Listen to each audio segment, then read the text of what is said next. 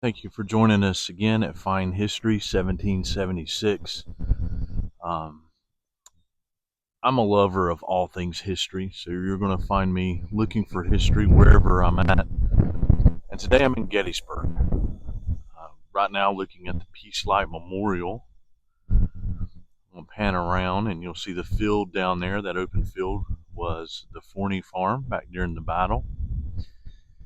And then going over toward the ridge there. Going down that road you can see right in front of us there is one of the best kept secrets in Gettysburg. And I'm going to make a video later on about that and tell you all about that best kept secret there is here in Gettysburg. But I wanted to talk about what happened July 1st, 1863. It was the very first day of the Battle of Gettysburg. And you can see the Blue Ridge Mountains over there toward the horizon.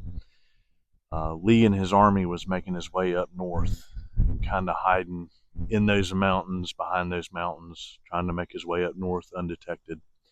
He was trying to move the army and the war out of Virginia. Virginia's resources had been exhausted by this point, and the state was just in ruins, basically. So the army would have came out kind of in a tree line over there behind the Peace Light Memorial. They would have been looking at the Forney farm, and you'll see a white marker way down there. That's about where the house stood.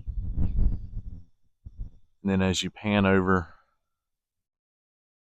there along that road, there was a stone wall, and that's where the Union Army was hunkered down. This is one of my favorite spots for the Battle of Gettysburg. Something known here is Iverson's Pits.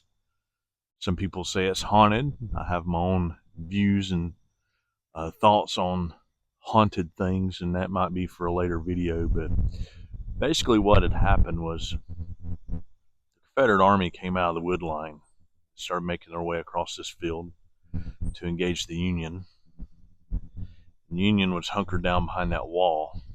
And as they came across, particularly Iverson's brigade, they came down into a dip there, and the Union Army was so hidden they didn't even know they were there, and they popped up over that wall and fired a volley into Iverson's brigade, and they fell where they stood.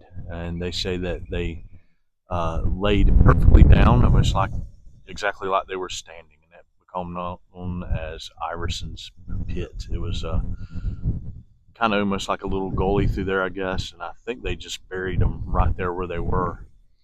And that's one of the reasons they say that it was so haunted. But just thinking about that day and how they would have come out of the wood line, what they would have saw, Confederate Army across that field, Iverson's Pit, where he lost most of his men. But eventually the Confederates would get the upper hand, and the Union troops would backtrack and fall back into Gettysburg, and they would continue to fighting through the town of Gettysburg. Actually, there's a lot of good history down in the town.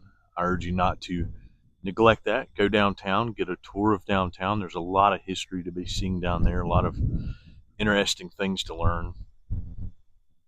This is just a good view of that first day's battle.